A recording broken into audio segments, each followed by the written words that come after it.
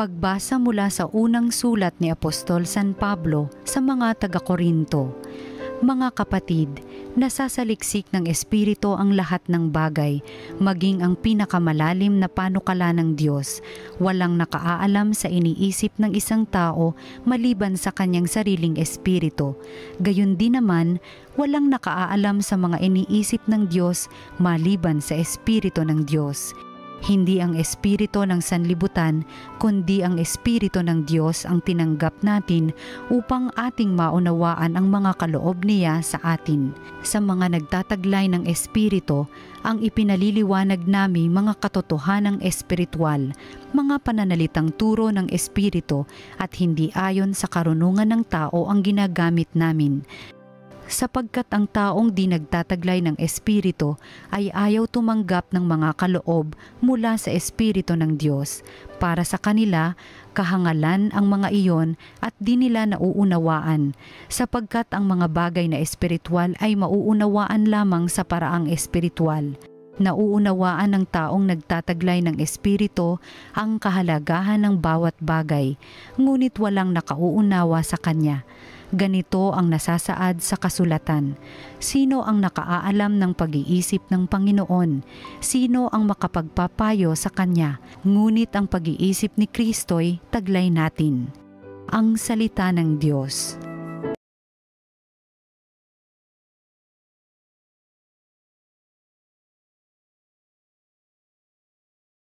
Matuwid ang poong dakila sa lahat ng kanyang gawa.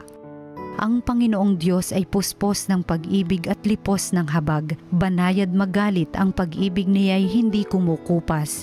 Siya ay mabuti at kahit kanino'y hindi nagtatangi. Sa kanyang nilikha ang pagtingin niya ay mamamalagi. Matuwid ang poong dakila sa lahat ng kanyang gawa. Magpupuring lahat sa iyo, O Panginoon, ang iyong nilalang. Lahat mong nilikha ay pupurihin ka at pasasalamatan. Babanggitin nilang tunay na dakila ang iyong kaharian at ibabalitang tunay kang dakila at makapangyarihan. Matuwid ang poong dakila sa lahat ng kanyang gawa. Dakila mong gaway upang matalastas ng lahat ng tao. Mababatid nila ang kadakilaan ng paghahari mo. Ang paghahari mo'y sadyang walang hanggan, hindi magbabago. Matuwid ang poong dakila sa lahat ng kanyang gawa. Di ka bibiguin sa mga pangako pagkat ang Diyos ay tapat. Ang kanyang ginawa kahit ano ito ay mabuting lahat.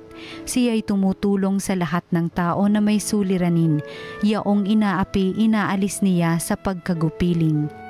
Matuwid ang poong dakila sa lahat ng kanyang gawa. Ang mabuting balita ng Panginoon ayon kay San Lucas. Noong panahong iyon, nagpunta si Jesus sa Capernaum, Galilea. Nagturo siya sa mga tao ng araw ng pamamahinga at nagtaka sila sa kanyang pagtuturo sapagkat may kapangyarihan kung siya'y magsalita. Naroon sa sinagoga ang isang lalaking inaalihan ng demonyo o isang masamang espiritu.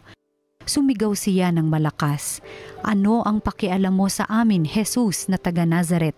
Naparito ka ba upang puksain kami? Alam ko kung sino ka, ikaw ang banal ng Diyos." Subalit pinagwikaan siya ni Jesus.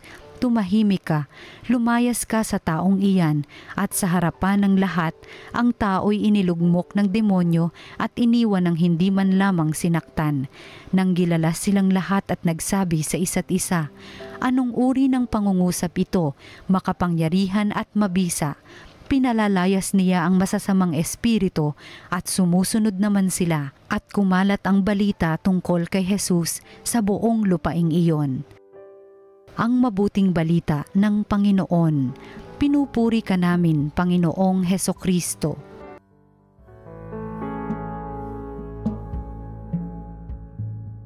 Nais ko po munang batiin ang mga araw-araw na sumusubaybay sa atin pong mga pagninilay ng salita ng Diyos dito sa TV Maria, yung mga nasa Italia, Abu Dhabi, Dubai, Japan, Australia, Singapore, Taiwan, Canada, US at iba pa. Sumainyo po ang kapayapaan at ang pag-ibig ng atin pong Panginoong Jesus. What have you to do with us, Jesus of Nazareth? Jesus, anak ng kataas-taasang Diyos, anong pakialam mo sa akin? This was how the devil reacted to the presence of Jesus. Ito yung mga pananalita ng masamang espiritu, ng demonyo sa harap ni Jesus. Alam niyo po, puno ng kayabangan ang demonyo. The devil is full of himself. The devil is full of pride. Ayaw niyang pinakikialaman siya. Hindi siya tumatanggap ng alok ng tulong, ng sinag ng pag-asa. And you know, when we are full of pride, when we are full of ourselves, there is no more room for God.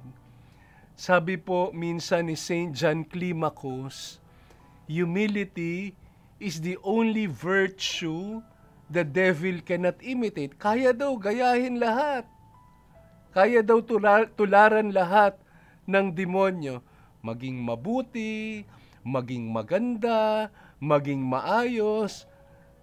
The devil can appear good, appealing, and kind, but he can never even try to be humble. Hindi niya kayang magpakumbaba. Pag tinignan nga raw natin ang demonyo, walang tuhod.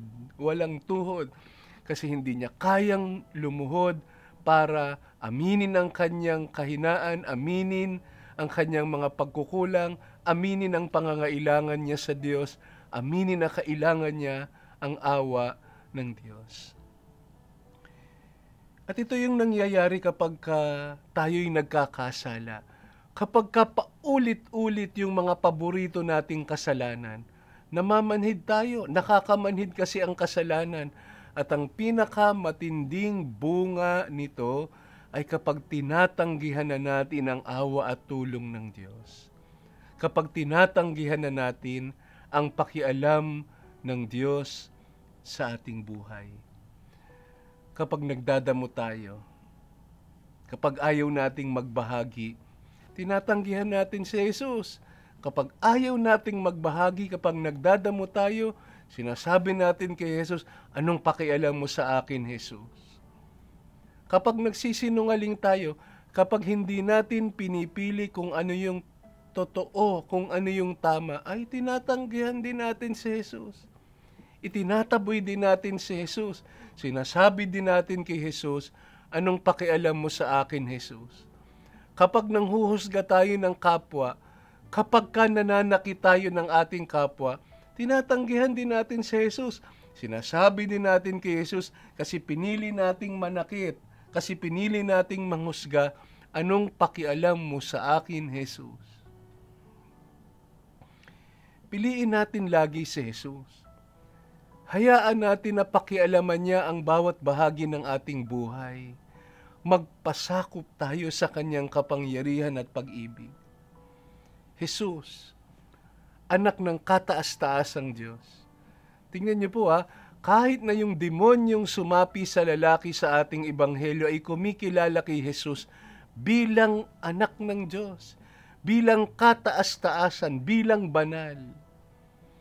Ang Diyos po kasi ang lumikha ng daigdig. At kinikilala natin na siya ang may kapangyarihan sa atin at sa lahat ng bagay, sa lahat ng pangyayari sa ating kapaligiran. At walang sino man ang makapaghihiwalay sa atin sa pag-ibig ng Diyos. Anumang uri ng kasamaan, hindi kayang ilayo tayo sa pag-ibig ng Diyos. Walang kapangyarihan yung makakapanaig sa kapangyarihan ng Diyos. At sa sarili nating mga buhay, napatunayan na natin na laging kabutihan yung nagtatagumpay. Laging pag-ibig ang nagtatagumpay. Sa paborito nga nating kwento ng mga bata pa tayo, at ano pa mang kwento sa buhay, napatunayan natin, laging ang kabutihan ng nagwawagi sa huli. Kabutihan ng Diyos, pag-ibig ng Diyos ang nananaig. Alam natin na ang kapangyarihan ni Jesus ay laging nagbubunga ng kabutihan. Nakikilala sa bunga kung galing sa mabuti o kung galing sa masama. At ang sinumang hinahayaan ang sarili na sumailalim sa kapangyarihan ng Diyos, nakakatiyak tayo na magbubunga tayo ng mabuti. We can discern if something is of God or if something is of the evil one by its fruits. Sa bunga nito, if it is from God, we see love, joy, peace, patience, kindness, generosity, faithfulness, and self-control. Ito yung mga bunga daw ng Espiritu Santo: pag-ibig, kaligayahan, kapayapaan, pagtsatsaga, kabutihan, pagbubukas palad, katapatan. Kaya nating magtimpi ng ating galit at nung kagustuhan nating gumanti at makasakit. Ang hamon sa atin ng ating ebanghelyo, piliin nating maging kasangkapan ng kabutihan. Sikapin natin na manindigan sa kabutihan upang magwagi ang mabuti sa lahat ng pagkakataon. Alam naman po natin na ang kapangyarihan ng Diyos ang maghahari. Subok na po ito. Sa buong kasaysayan ng sangnilikha, sa buong kasaysayan ng sangkatauhan, lagi namang ang kapangyarihan ng Diyos, ang pag-ibig ng Diyos, ang naghahari, ang nagwawagi sa huli. Subok na ito. Wag na po tayong pumili sa iba. Wag na po tayong pumili pa ng iba. Wag na tayong bumaling sa iba. Wag nating hayaang magwagi ang kasamaan sa ating kapaligiran, sa ating sarili, sa ating pamilya, sa ating bayan. Kapatid, kaninong kapangyarihan ka ba sumasa ilalim? Kung sinasabi mong ang Diyos ang naghahari sa buhay mo, sinasalamin mo ba rin ang kanyang kabutihan? Nagbubunga ba rin ito ng kabutihan? Ito po ang salita ng Diyos, ang salita ng buhay.